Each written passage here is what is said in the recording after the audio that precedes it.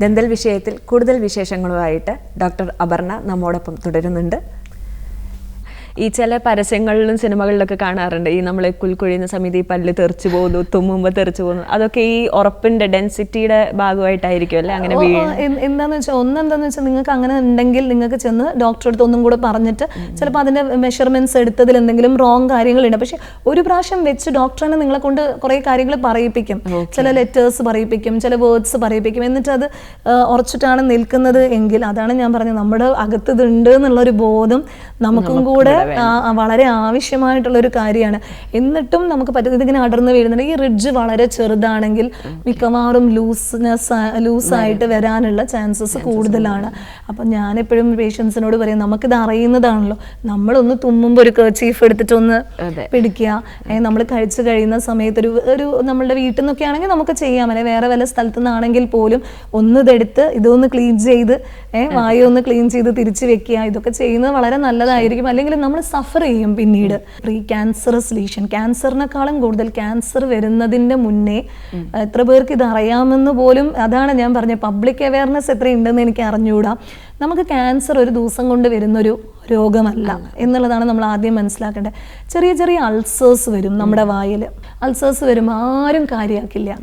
ഇങ്ങനെ വരുന്ന അൾസറുകൾ ഒരു 2 ആഴ്ച കഴിഞ്ഞിട്ടും നിങ്ങൾ എന്ത് ചെയ്തിട്ടും പോകുന്നില്ല എന്നുണ്ടെങ്കിൽ, അതിൻ്റെ വലിപ്പം കൂടിക്കൂടി വരികയാണെങ്കിൽ, അത് ശരിക്കും പറഞ്ഞിട്ടുണ്ടെങ്കിൽ ക്യാൻസർ ആവാനുള്ള ചാൻസ് വരെയുള്ളൊരു ലീഷനാണ്. ഞാൻ ക്യാൻസറാന്നല്ല പറഞ്ഞ, അത് ആവാൻ മുന്നോടിയായിട്ടുള്ളൊരു ലീഷനാണ്, ഒരു രോഗമാണത്. അതിന് നിങ്ങൾ ഡോക്ടറെ അടുത്ത് കാണിക്കണം. ഗ്രോത്തുകൾ, വായ്ക്കകത്ത് ഗ്രോത്ത് കാണുമ്പം കടിച്ചു പോയതാണ്, അങ്ങനെ ചെയ്തതാണ്, ഇങ്ങനെ ചെയ്തു, ശരി, നിങ്ങളതൊന്ന് കാണിച്ചാൽ എന്താണ്, അല്ലേ, ഒന്ന് കൺസൾട്ട് ചെയ്താൽ എന്താണ്? അങ്ങനെയുള്ള ഗ്രോത്തുകൾ വലിപ്പം വെച്ച് ക്യാൻസർ ആവാനുള്ള ചാൻസ് ഉണ്ട്. അപ്പോൾ ഇത് ക്യാൻസറിന് മുന്നേ ഉള്ള കാര്യം. എല്ലാ ഗ്രോത്തുകളും ക്യാൻസർ അല്ല, എല്ലാ അൾസറുകളും ക്യാൻസർ അല്ല. പക്ഷേ എങ്കിലും ഞാൻ പറയുന്നതെന്ന് വെച്ചാൽ അങ്ങനെയുള്ള രോഗങ്ങൾ, ഗ്രോത്തുകൾ, വായിലുള്ള ഗ്രോത്തുകൾ. പിന്നെ ഈ എല്ലിൻ്റെ വേദന, TMJ, ടെമ്പറോ മാൻറ്റിബുലാർ ജോയിന്റ് എന്ന് പറയും. ഈ എല്ലിൻ്റെ വേദന, വായ തുറക്കാൻ പറ്റുന്നില്ല, എല്ല് വേദനിക്കുന്നു ഭയങ്കരമായ, ആ ഭാഗത്ത് ഒരു ഭാഗം മുഴുവൻ വേദനയാണ്, അങ്ങനെയുള്ള കാര്യങ്ങൾ. ഇങ്ങനെയൊക്കെ വരുന്ന സമയത്ത് അത് അടുത്ത ഒരു കാറ്റഗറി, അങ്ങനെയുള്ള ഡിസീസസ്. പിന്നെ ഓറോഫേഷ്യൽ പെയിൻ എന്ന് പറയും, മുഖത്തിൻ്റെയും വായയുടെയും വേദനകൾ, വെറുതെ വേദന വരുന്നു, ഒരു തരിപ്പ് പോലെ തോന്നുന്നു, വേദന വരുന്നു. ഇങ്ങനെ എന്താ പറയുക, വായയുമായിട്ട് ബന്ധപ്പെട്ട് ഇപ്പം മെഡിസിൻ, ജനറൽ മെഡിസിൻ എന്ന് പറയുന്നത് പോലെ ഓറൽ മെഡിസിൻ, വായയുമായിട്ട് ബന്ധപ്പെട്ട എല്ലാ കാര്യങ്ങളും. ശരിക്കും പറഞ്ഞാൽ ഒരു കോളേജിൽ, ഒരു ഡെന്റൽ കോളേജിൽ നിങ്ങൾ വരികയാണെങ്കിൽ ആദ്യം വരുന്നത് ഓറൽ മെഡിസിൻ ആൻഡ് റേഡിയോളജി വിഭാഗത്തിലാണ്. അവിടുന്ന് ഞങ്ങളാണ് നിശ്ചയിക്കുക നിങ്ങൾക്ക് എന്താണ് അസുഖം, ഈ ഡയഗ്നോസ് ചെയ്യുക, എന്താണ് അസുഖം, ഏത് ഡോക്ടറിൻ്റെ അടുത്തേക്കാണ് നിങ്ങളെ ഞാൻ വിടേണ്ടത്, എന്താണ് നിങ്ങളുടെ അസുഖം എന്ന് നമ്മളാണ് തീരുമാനിക്കുക. ഓറൽ ഡയഗ്നോസ്റ്റീഷ്യനാണ് തീരുമാനിക്കുന്നത്. എന്നിട്ടാണ് സ്പെഷ്യലിസ്റ്റ്, ഏത് സ്പെഷ്യലിസ്റ്റിൻ്റെ അടുത്തേക്കാണോ നിങ്ങളെ വിടേണ്ടത് അങ്ങനെ വിടുന്നത്. അല്ല, നിങ്ങൾക്ക് മറ്റ് അസുഖങ്ങളാണ്, വായിലുള്ള പ്രീ ക്യാൻസറസ് ലീഷനാണ്, അല്ലെ ഇമ്മ്യൂണോളജിക്കൽ ഡിസീസസ് ആണ്, ഈ ഇമ്മ്യൂണിറ്റി പ്രശ്നങ്ങൾ കൊണ്ട് വരുന്ന ഒരുപാട് ഡിസീസസ് വായിലുണ്ട്. സൈക്കോസൊമാറ്റിക് ഡിസീസസ് ആണ്, ഇപ്പോൾ സ്ട്രെസ് കാരണം വരുന്ന ഒരുപാട് ഡിസീസസ് വായിലുണ്ട്. സിഗരറ്റ് വലിച്ച് വരുന്നത്, കള്ള് കുടിച്ചിട്ട് വരുന്നത്, ഡ്രഗ്സ് കൊണ്ട് വരുന്നത്, ഹാബിറ്റ്സ് കൊണ്ട് വരുന്നത്, നിങ്ങൾ കടിച്ചുപോയി, നിങ്ങൾക്ക് എന്താണ് കടിക്കുന്ന പ്രശ്നമുണ്ട്, നിങ്ങൾ നഖം കടിക്കാറുണ്ട്, ഇങ്ങനെയുള്ള കാര്യങ്ങൾ കൊണ്ടുവരുന്ന രോഗങ്ങൾ. മാത്രമല്ല ഞാൻ പറഞ്ഞു, എല്ല് സംബന്ധമായിട്ടുള്ള എല്ലിൻ്റെ വേദന, മുഖത്തിൻ്റെ വേദന, തരിപ്പ്, ഇങ്ങനെയുള്ള കാര്യങ്ങളെല്ലാം ഡീൽ ചെയ്യുന്നത് ഓറൽ മെഡിസിൻകാരാണ്. അതുപോലെ റേഡിയോളജി എന്ന് പറയുന്ന സബ്ജക്റ്റ്, ഇപ്പം ഇത് പറഞ്ഞ പോലെ ഓറൽ പെത്തോളജിസ്റ്റിനെ പറ്റി പറഞ്ഞ പോലെ ഒരു എക്സ്റേ എടുത്താൽ എന്താണ് അസുഖം, അതൊരു ഇൻവെസ്റ്റിഗേഷൻ ടൂളാണെന്ന് ഞാൻ പറഞ്ഞു. ഇപ്പോൾ CBCT വരെ ഉണ്ട്. അപ്പം എക്സ്റേ എടുത്തിട്ടുണ്ടെങ്കിൽ അതൊരു ഇൻവെസ്റ്റിഗേഷൻ ടൂളാണെന്ന് ഞാൻ പറഞ്ഞു. അപ്പോൾ അതിന് എന്താണ് അതിൻ്റെ ഡയഗ്നോസിസ് എന്ന് ഡീറ്റെയിൽ ആയിട്ട് അറിയാൻ വേണ്ടിയിട്ട്, ഇപ്പം റേഡിയോളജിക്കാരുണ്ടല്ലോ മെഡിസിനിൽ, MBBS കഴിഞ്ഞ് റേഡിയോളജി എടുക്കുന്നവരുണ്ട്, അവരതാണല്ലോ ചെയ്യുന്നത്. അതേപോലെ തന്നെ ആ കാര്യം കൂടെ ചെയ്യുന്നത് ഈ വിഭാഗക്കാരാണ്, ഓറൽ മെഡിസിൻ ആൻഡ് റേഡിയോളജി എന്ന് പറഞ്ഞ വിഭാഗക്കാരാണ് ചെയ്യുന്നത്. ഓക്കെ. അതേപോലെ മാം ഇപ്പോൾ പറഞ്ഞു ഓറൽ ക്യാൻസർ, അർബുദം, നമ്മൾ ഈ തിയേറ്ററുകളിലൊക്കെ പോയി കഴിഞ്ഞാൽ വളരെ കാണാൻ പറ്റാത്ത രീതിയിലുള്ള ഫോട്ടോസൊക്കെ കാണും. അത്തരത്തിലുള്ളൊരു സ്റ്റേജസ് ആവുന്നതിന് മുന്നേ നമുക്ക് ചില സിംറ്റംസും കാര്യങ്ങളൊക്കെ ഉണ്ടാവുമല്ലോ. അപ്പോൾ എങ്ങനെയാണ് നമുക്കൊരു ഓറൽ ക്യാൻസർ വരുന്നുണ്ടോ, അല്ലെങ്കിൽ എങ്ങനെയാണ് അതിൻ്റെ ആ ഒരു മുന്നോടിയായിട്ട് ആസ് എ പേഷ്യൻറ്റ് നമ്മൾ എന്തൊക്കെ ശ്രദ്ധിക്കണം? ഇനി അങ്ങനെ നമുക്ക് എന്തെങ്കിലും ഒന്ന് ഫീൽ ചെയ്ത് കഴിഞ്ഞാൽ നമ്മൾ ഡോക്ടറെ കാണിക്കണമല്ലോ. അങ്ങനെ ഡോക്ടറെ സമീപിക്കുക കാണിക്കുമ്പോൾ നമ്മളൊരു ഡെൻ്റൽ ക്ലിനിക്കിലാണോ പോകേണ്ടത്, അല്ലെങ്കിൽ നമ്മൾ ജനറൽ മെഡിസിൻ, ഇപ്പം ക്യാൻസർ ആണോ എന്ന് നമുക്കറിയില്ല, പക്ഷേ വായൻ്റെ ഉള്ളിലുള്ളതല്ലേ, അപ്പം നമ്മൾ ഡെൻ്റൽ ക്ലിനിക്കിലാണോ അല്ലെങ്കിൽ വേറെ എവിടെയെങ്കിലും ആണോ കാണിക്കേണ്ടത്, അതിനെക്കുറിച്ചും അതിൻ്റെ സിംറ്റംസ് എങ്ങനെയായിരിക്കും, ആ കാര്യം ഒന്ന് വിശദീകരിക്കണം. ക്യാൻസർ എന്ന് പറയുമ്പം നമ്മൾ ആദ്യം മനസ്സിലാക്കേണ്ടത് ഓറൽ ക്യാൻസർ എന്ന് പറയുന്ന ഒരു ക്യാൻസർ അല്ല, ക്യാൻസർ വരികയാണ് ചെയ്യുന്നത്, ക്യാൻസർ തന്നെയാണ്. അത് വായ്ക്കകത്ത് വരുമ്പോൾ നമ്മൾ അതിനെ വിളിക്കുന്ന പേരാണ് ഓറൽ ക്യാൻസർ എന്നുള്ളത്. മറ്റേതൊരു അവയവത്തിനും വരുന്നത് പോലെ തന്നെയാണ് വായിലും ക്യാൻസർ വരുന്നത്. ആ ക്യാൻസറിനെ കുറിച്ച് നമ്മൾ മനസ്സിലാക്കേണ്ട ഒരു ഡീറ്റെയിൽ ആയിട്ടുള്ള ഒരു കാര്യം എന്താണെന്ന് വെച്ചിട്ടുണ്ടെങ്കിൽ, ആളുകൾ ഓരോന്ന് പറഞ്ഞു പരത്തുന്നത് ഞാൻ കണ്ടിട്ടുണ്ട്. ഇത് കഴിച്ചാൽ ക്യാൻസർ വരും, അത് കഴിച്ചാൽ ക്യാൻസർ വരും, ഇത് കഴിച്ചാൽ വരില്ല, ഇത് കഴിഞ്ഞാൽ ക്യാൻസറിനെ പ്രതിരോധിക്കാൻ പറ്റും. നമ്മൾ മനസ്സിലാക്കേണ്ട ഓരോ മനുഷ്യൻ്റെ ശരീരഘടന എന്ന് പറയുന്നത് വ്യത്യസ്തമാണ്. ഓരോ മനുഷ്യനും ഇവോൾവ് ചെയ്തിരിക്കുന്ന ജനറ്റിക് എന്തൊരു ലൈൻ എന്ന് പറയുന്നത് അത് ഡിഫറെൻ്റ് ആണ്. ഈ ക്യാൻസർ ആർക്ക് വേണമെങ്കിലും വരാം, എന്തുകൊണ്ട് വേണമെങ്കിലും വരാം.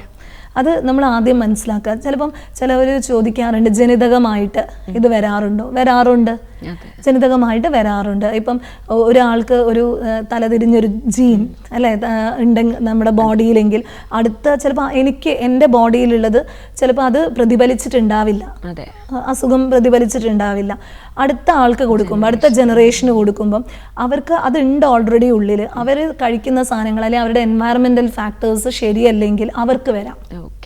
ഓക്കെ, അപ്പം ജനിതകമായിട്ട് വരാം, ഓറൽ ക്യാൻസർ വരാം. ഇനി ചിലവർ ചോദിക്കുന്ന എൻവയറമെൻറ്റ് ഒരേ ഫാമിലിയിൽ എല്ലാവർക്കും വരുന്നു. ഒന്ന് ജനിതകമായിട്ട് അവർക്ക് ഈ ബുദ്ധിമുട്ടുണ്ടാവാം, അല്ലെങ്കിൽ രണ്ടാമത്തെ കാര്യം എന്താണെന്ന് വെച്ചാൽ ഒരേ എൻവയറമെൻ്റൽ ഫാക്ടേഴ്സാണ്, ഒരേ രീതിയിലുള്ള ഭക്ഷണ രീതി അല്ലേ, ചെറുപ്പം മുതലേ ഒരേ രീതിയിലുള്ള ഭക്ഷണം, ഒരേ രീതിയിലുള്ള ക്ലൈമറ്റ്, ഒരേ രീതിയിലുള്ള വീട്ടിലെ അറ്റ്മോസ്ഫിയർ, കാര്യങ്ങൾ, സ്ട്രെസ് എടുക്കുന്നത്, വർക്ക് ചെയ്യുന്നത്, ഒരേ എക്സ്പോഷർ, ഓരോരോ കാര്യത്തോടും അവർ എക്സ്പോസ് ചെയ്യപ്പെടുന്നത് ഒരുപോലെയാണ്. അങ്ങനെയാകുമ്പോൾ അവരുടെ എൻവയറമെൻ്റൽ ഫാക്ടേഴ്സ് കൊണ്ട് അവർക്ക് വരാം.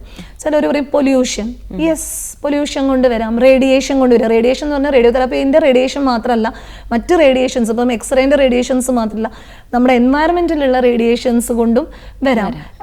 അതുപോലെ പൊല്യൂഷൻ കൊണ്ടും വരാം, എയർ, വാതകം, ഈ ഓരോ തരത്തിലുള്ള വേസ്റ്റ് സബ്സ്റ്റൻസസോട് പ്ലാസ്റ്റിക് ഒക്കെ കത്തിക്കുമ്പോൾ ഉണ്ടാവുന്ന കാര്യങ്ങൾ കൊണ്ട് അതുകൊണ്ട് വരാം.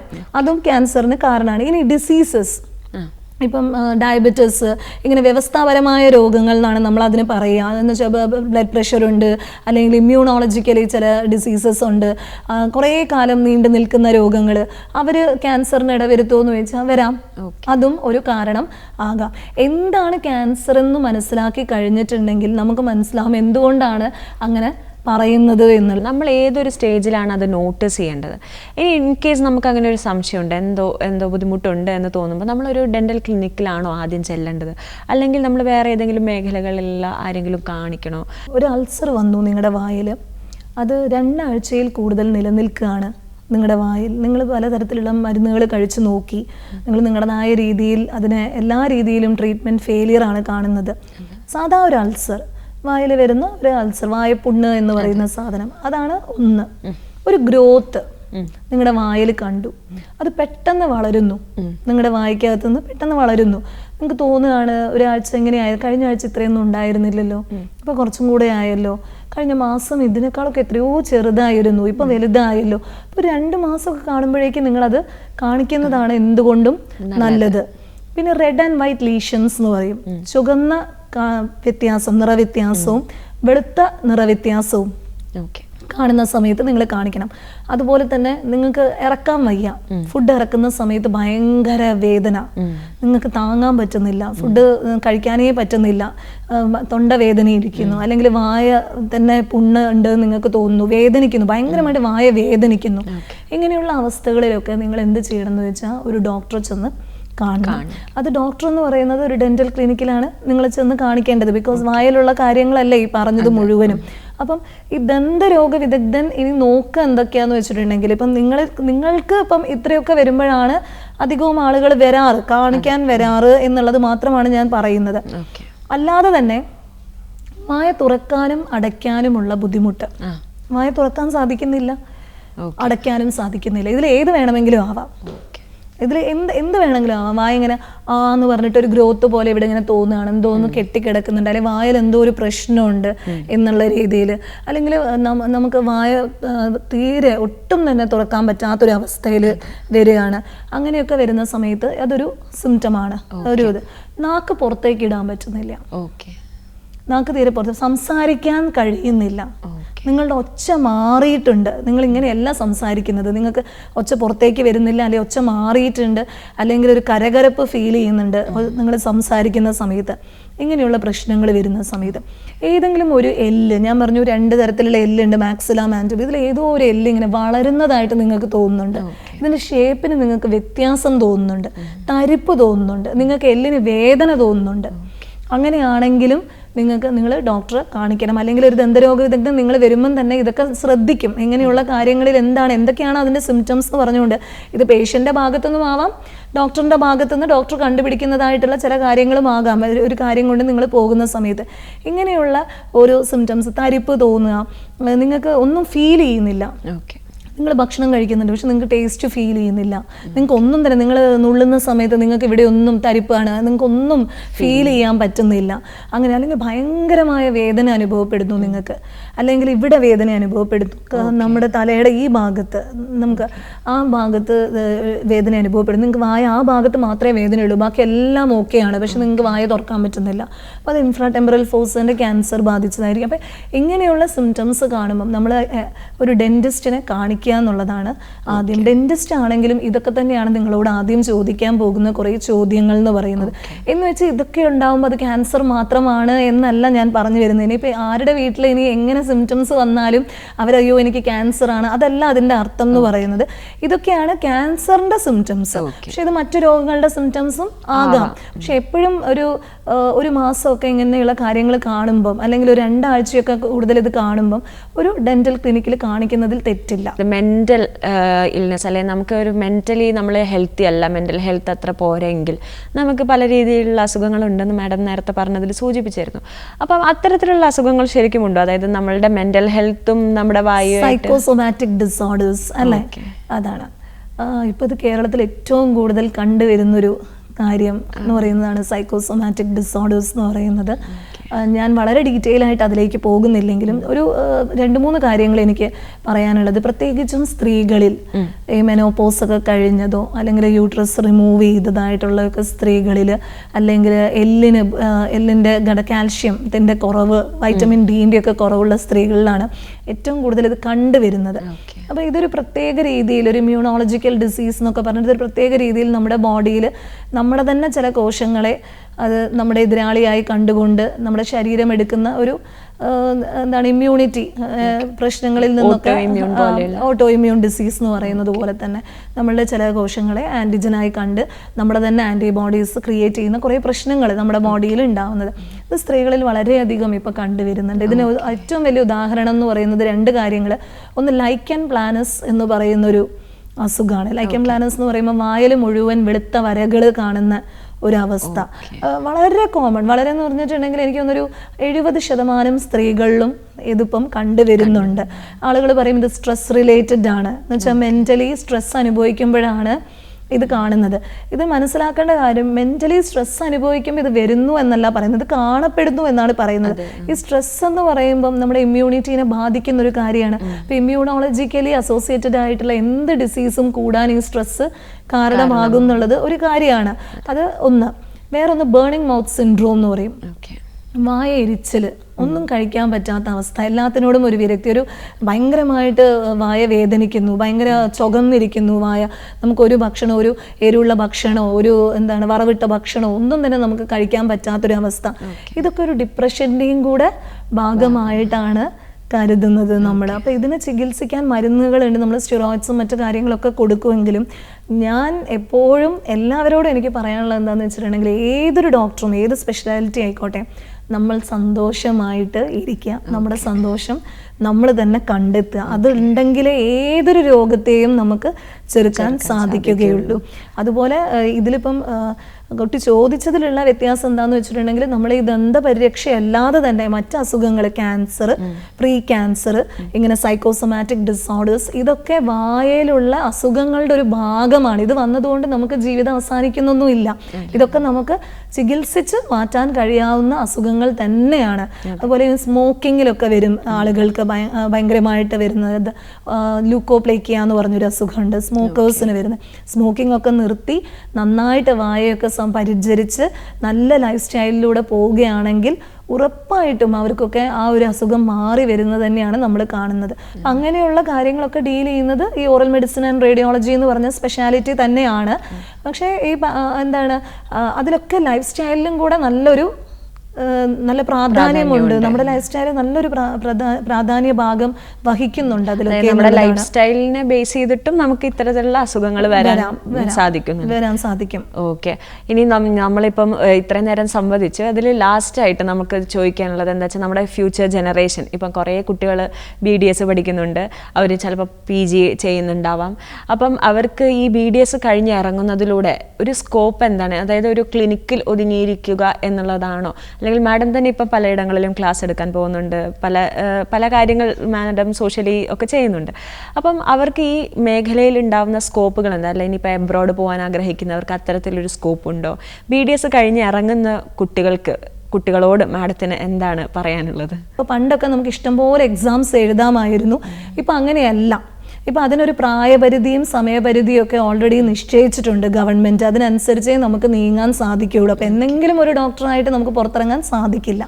ഇനി ഇത് കഴിഞ്ഞ് ഇറങ്ങിയാലും എല്ലാതരം സർട്ടിഫിക്കറ്റും വ്യാജമല്ലാത്ത എല്ലാ രീതിയിലുള്ള സർട്ടിഫിക്കറ്റ് വെച്ച് നമ്മൾ കൗൺസിലിൽ നമ്മളിതിന് വേണ്ടി രജിസ്ട്രേഷന് വേണ്ടി നമ്മൾ അപേക്ഷിക്കുകയും ഒരു രജിസ്ട്രേഷൻ നമ്പർ കിട്ടിയാൽ മാത്രമേ നമുക്ക് എന്ത് ചെയ്യാൻ സാധിക്കുകയുള്ളൂ, നമുക്കിത് പ്രാക്ടീസ് ചെയ്യാൻ സാധിക്കുള്ളൂ. ഇനി ഞാൻ ഇവിടെ കർണാടകയിലാണ് പഠിച്ചതെങ്കിൽ അവിടുത്തെ രജിസ്ട്രേഷൻ നമ്പർ നമുക്ക് കേരളത്തിലോട്ട് മാറ്റാം, അതിലൊന്നും കുഴപ്പമില്ല. പുറമേ എവിടെയെങ്കിലുമാണ് പഠിച്ചതെങ്കിൽ അവിടുത്തേതിന് നമുക്കിവിടെ വന്ന് എക്സാം എഴുതണം. ലൈസൻസിന് വേണ്ടിയിട്ടുള്ള എക്സാം, രജിസ്ട്രേഷൻ കിട്ടാനുണ്ടെങ്കിൽ എക്സാം എഴുതിയാൽ മാത്രം, അത് പാസ്സൊക്കെ ആയി കിട്ടി അതിന് എക്സ്ട്രാ പഠിക്കണം, എങ്കിൽ മാത്രമേ ഇവിടെ വന്നിട്ട് നമുക്ക് പ്രാക്ടീസ് ചെയ്യാൻ പറ്റുള്ളൂ. അപ്പോൾ ഇത് കഴിഞ്ഞ് വരിക എന്ന് പറഞ്ഞാൽ അത്ര എളുപ്പമുള്ള ഒരു കാര്യമല്ല എന്നുള്ളത് നമ്മൾ ആദ്യം മനസ്സിലാക്കുക. എല്ലാ രക്ഷാകർത്താക്കളോടും ഞാൻ പറയുന്നതാണ്, കുട്ടികളോടും അത് ഇത് ചൂസ് ചെയ്യുന്നതിന് മുന്നേ ഇതിനൊരു ഐഡിയ നിങ്ങൾക്ക് ഉണ്ടാവണം. ഇനി ഇത് ചൂസ് ചെയ്ത് കഴിഞ്ഞു, നിങ്ങൾ BDS വളരെ മിടുക്കിയൊക്കെ ആയിട്ട് ഇത് കഴിഞ്ഞു എന്നിരിക്കട്ടെ, നിങ്ങൾക്ക് ചെയ്യാവുന്ന ഏറ്റവും ഒരു കാര്യം എന്താണെന്ന് വെച്ചാൽ, ആദ്യം ക്ലിനിക്ക് തന്നെയാണ് ഏറ്റവും വലിയ ഓപ്ഷൻ എന്ന് പറയുന്നത്. ഒരു ഡെൻ്റൽ ക്ലിനിക്കാണ്. നമ്മളിത് പഠിച്ചു വരുമ്പം ഈ 9 സബ്ജക്റ്റിലും നമുക്ക് പ്രാബല്യം നേടാം. നമുക്ക് അത്യാവശ്യം നമ്മൾ ചെയ്യേണ്ട എല്ലാ ട്രീറ്റ്മെൻറ്റും നമ്മൾ പഠിച്ചിട്ടാണ് വരുന്നത്. ഒരു ഡെൻ്റൽ ക്ലിനിക്ക് ഇടുക എന്നുള്ളത് തന്നെയാണ് ആദ്യത്തെ ഓപ്ഷൻ. ഇന്ന് സാച്ചുറേഷൻ കൂടുതലാണ്, ഡെൻ്റൽ ക്ലിനിക്കുകൾക്ക് സ്ഥലവും കിട്ടുന്നില്ല. അപ്പോൾ അങ്ങനെയുള്ള ബുദ്ധിമുട്ടുകൾ അനുഭവിക്കുന്നവരും ഉണ്ട്. ഇനി ക്ലിനിക്ക് ഇടാൻ നിങ്ങൾക്ക് താല്പര്യമില്ല, നിങ്ങൾക്ക് ഇതൊന്നും തന്നെ പ്രാക്ടീസ് ചെയ്യാൻ താല്പര്യമില്ല, നിങ്ങൾ BDSന് പഠിച്ച ഇതൊന്നും തന്നെ, അങ്ങനെയാണെങ്കിൽ നിങ്ങൾക്ക് ഒരു സ്പെഷ്യാലിറ്റി, ഏതെങ്കിലും ഒരു സ്കില്ല് നിങ്ങൾക്ക് ഹൈലി ഡെവലപ്പ് ചെയ്ത് അതിനെ പ്രൊമോട്ട് ചെയ്യണം എന്ന് നിങ്ങൾക്ക് ഉണ്ടെങ്കിൽ, നിങ്ങൾ ഈ 9 സ്പെഷ്യാലിറ്റീസ് നേരത്തെ പറഞ്ഞ ഏതെങ്കിലും 9 സ്പെഷ്യാലിറ്റീസിൽ പഠിച്ചുകൊണ്ട് നിങ്ങൾക്ക് അത് മാത്രമായിട്ട് പ്രാക്ടീസ് ചെയ്യാം ക്ലിനിക്കിൽ. അപ്പോൾ നിങ്ങൾ അത് ക്ലിനിക്ക് മാത്രമല്ല, നിങ്ങളെ കൺസൾട്ടേഷന് വിളിക്കും. നിങ്ങളിപ്പോൾ റൂട്ട് കനാൽ സ്പെഷ്യലിസ്റ്റ് ആണെങ്കിൽ നിങ്ങളെ മറ്റ് ക്ലിനിക്കുകളിൽ റൂട്ട് കനാൽ ചെയ്യാൻ വേണ്ടി വിളിക്കും. അപ്പോൾ അങ്ങനെ അത് മാത്രം ചെയ്ത് നിങ്ങൾക്ക് മുന്നേറാൻ ഒരു ഓപ്ഷനാണ്, ചെയ്യാൻ സാധിക്കും. അപ്പോൾ നിങ്ങൾക്ക് ക്ലിനിക്ക് വിടാം, നിങ്ങൾക്ക് അതിൽ സ്പെഷ്യലൈസ് ചെയ്യും. നിങ്ങൾക്ക് അധ്യാപനമാണ് എന്ന് വെച്ചാൽ നിങ്ങൾക്ക് പഠിപ്പിക്കുന്നതാണ് താല്പര്യമെങ്കിൽ ഡെൻ്റൽ കോളേജസ് ഉണ്ട്. ഈ ഡെൻ്റൽ കോളേജസിലാണ് ഈ BDSും MDSും ഒക്കെ പഠിപ്പിക്കുന്നത്. അപ്പോൾ നിങ്ങൾക്ക് അതിലേക്ക് പോകാം, നിങ്ങൾക്ക് അധ്യാപനത്തിലേക്ക് പോകാം, നിങ്ങൾക്ക് ക്ലിനിക്ക് കംപ്ലീറ്റ് ആയിട്ട് വിടാം. നിങ്ങൾക്ക് അങ്ങനെ ക്ലിനിക്ക് ചെയ്യണം എന്ന് നിർബന്ധമില്ല, നിങ്ങൾക്ക് പഠിപ്പിക്കുന്നതിലേക്ക് തിരിയാം. ഇനി നിങ്ങൾക്ക് റിസർച്ചാണ് ചെയ്യേണ്ടത് എങ്കിൽ PhDൻ്റെ ഓപ്ഷൻസ് ഉണ്ട്. PhD കഴിഞ്ഞിട്ട് ഞാൻ എന്ത് ചെയ്യുമെന്ന് ചോദിക്കുകയാണെങ്കിൽ ഒരുപാട് ഇൻസ്റ്റിറ്റ്യൂഷൻസ് ഈ മെറ്റീരിയൽസ്, ഡെൻ്റൽ മെറ്റീരിയൽസ് ഉണ്ടാക്കുക, ഇൻവിസ്ലൈനേഴ്സ് ഉണ്ടാക്കുക, ക്ലിപ്പുകൾ ഉണ്ടാക്കുക, ഇങ്ങനെയുള്ള ഒരുപാട് കാര്യങ്ങൾ ചെയ്യുന്ന റിസർച്ച് ഇൻസ്റ്റിറ്റ്യൂട്ട്സ് ഉണ്ട്. അവിടെ നിങ്ങൾക്ക് ചേരാം. അല്ലെങ്കിൽ കോളേജിൽ നിന്നുകൊണ്ട് തന്നെ ഒരു സബ്ജക്റ്റിൽ പ്രത്യേകമായി നിങ്ങൾക്ക് റിസർച്ച് ചെയ്യാം. നിങ്ങൾക്ക് എബ്രോഡ് പോകണമെങ്കിൽ എബ്രോഡ് പോകണമെങ്കിൽ നിങ്ങൾ അവിടെയുള്ള എക്സാമിന് വേണ്ടിയിട്ടുള്ള കാര്യങ്ങൾ ഓരോരോ രാജ്യത്തും വ്യത്യസ്തമാണ്. അപ്പോൾ അതിൻ്റെ വെബ്സൈറ്റ് നോക്കുക. വെബ്സൈറ്റ് നോക്കിയിട്ട് അതിൻ്റെ റിക്വയർമെൻറ്റ്സ് എത്രയാണ്. ഇപ്പോൾ ഒരു രാജ്യത്തിൽ 2 കൊല്ലമാണ് എക്സ്പീരിയൻസ് വേണ്ടതെങ്കിൽ വേറൊരു രാജ്യത്ത് 3 കൊല്ലമായിരിക്കും. ഏത് രാജ്യത്ത് പോകാൻ ആഗ്രഹിച്ചാലും അതിൻ്റെതായ എക്സാം എഴുതേണ്ടി വരും. മിഡിൽ ഈസ്റ്റ് ആണെങ്കിൽ വെറും എക്സാം എഴുതിയാൽ മതി. പക്ഷേ UK, സിംഗപ്പൂർ, US ഇവിടെയൊന്നും നമ്മുടെ കോഴ്സ് വാലിഡ് അല്ല. അപ്പോൾ അവിടെ ചെന്ന് ലൈസൻസിന് വേണ്ടി അപ്ലൈ ചെയ്യണം. അതിന് മുന്നേ ഇപ്പോൾ US ഒക്കെ ആണെങ്കിൽ അവിടെ DDS എന്ന് പറഞ്ഞിട്ടുള്ളൊരു കോഴ്സ് ചെയ്യണം. അല്ലെങ്കിൽ നമുക്ക് ഒരു എക്സാം എഴുതി ഡെൻ്റൽ ഹൈജീനിസ്റ്റ് ആയിട്ട് ജോലി ചെയ്യാനേ സാധിക്കുകയുള്ളൂ. അപ്പോൾ ഇങ്ങനെയുള്ള കാര്യങ്ങൾ എനിക്ക് തോന്നുന്നു രക്ഷകർത്താക്കളായാലും ഇത് പഠിക്കുന്ന കുട്ടികളായാലും ഇതിനെ പറ്റിയിട്ട് ഒരു ബോധം വളരെ ആവശ്യമാണ്. പിന്നെ എനിക്ക് പേഷ്യൻസിനോട് പറയാനുള്ളത് എന്താണെന്ന് വെച്ചാൽ, എന്ത് രോഗം അത് വായയോട് ബന്ധപ്പെട്ടതാവട്ടെ, നമ്മുടെ ജീവിത രീതിയാണ് ഇതിനെല്ലാം കാരണം. നമ്മളെപ്പോഴും വായ ശുചിയായി വൃത്തിയാക്കുക എന്നുള്ളത് ഒരു വളരെ ചിലർ പറയുന്നത് കേൾക്കാം, എന്തിനാണ് പല്ല് തേക്കുന്നത്, അതൊരു സ്റ്റൈലായിട്ട് മാറി. അല്ല, നമ്മൾ രാത്രി പല്ല് തേക്കുക എന്നുള്ളതാണ് ഏറ്റവും ഇമ്പോർട്ടൻറ്റ്. കാരണം എല്ലാ ഭക്ഷണവും കഴിച്ച് കഴിഞ്ഞതിൻ്റെ ശേഷം നമ്മൾ വായ മുഴുവനും ശുചിയായി വൃത്തിയാക്കി ആ ഭക്ഷണത്തിൻ്റെ അവശിഷ്ടമൊക്കെ എടുത്തു കളഞ്ഞ് വായ്ക്കുള്ളിലുള്ള ഉള്ളിലുള്ള താമസിക്കുന്ന മൈക്രോ ഓർഗാനിസത്തിന് അതിനോട് ബന്ധപ്പെട്ട് പ്രവർത്തിക്കാതിരിക്കാനുള്ള ഒരു അവസരം കൊടുക്കുക. എന്നിട്ട് രാവിലെ എഴുന്നേൽക്കുന്ന സമയത്ത് നമ്മുടെ വായ നാറ്റം അല്ലെ അതുവരെ പ്രൊഡ്യൂസ് ചെയ്ത എൻസൈംസ്, അതുവരെ നമ്മുടെ വായിലുണ്ടായിരുന്ന മൈക്രോബ്സ് അതിനെയൊക്കെ തുരത്തിക്കൊണ്ടൊരു ദിവസം തുടങ്ങുക. അതുപോലെ ഈ പറഞ്ഞ ചിട്ടവട്ടങ്ങൾ, നമ്മുടെ ജീവിത രീതികൾ, ഇപ്പം ഡയബറ്റിക് ആണെങ്കിലോ അല്ലെങ്കിൽ ബ്ലഡ് പ്രഷർ ഉണ്ടെങ്കിലോ അല്ലെങ്കിൽ മറ്റ് അസുഖങ്ങൾ ഉണ്ടെങ്കിലോ, അപ്പം അങ്ങനെയുള്ള കാര്യങ്ങളുണ്ടെങ്കിൽ അത് മരുന്ന് കഴിച്ച് അതിനെ നിയന്ത്രിച്ച് മുന്നേറുക. കാരണം ഇതൊക്കെ വായന എഫക്റ്റ് ചെയ്യുന്ന കാര്യങ്ങളാണെന്നാണ് ഞാൻ പറയാൻ ആഗ്രഹിക്കുന്നത്. ഓക്കെ, മാഡത്തിൻ്റെ വാക്കുകൾ എല്ലാവർക്കും ഒരു പ്രചോദനമാവട്ടെ. അപ്പോൾ ഇത്രയും നേരം നമ്മോട് സംവദിച്ചതിൽ വളരെയധികം സന്തോഷം. നന്ദി.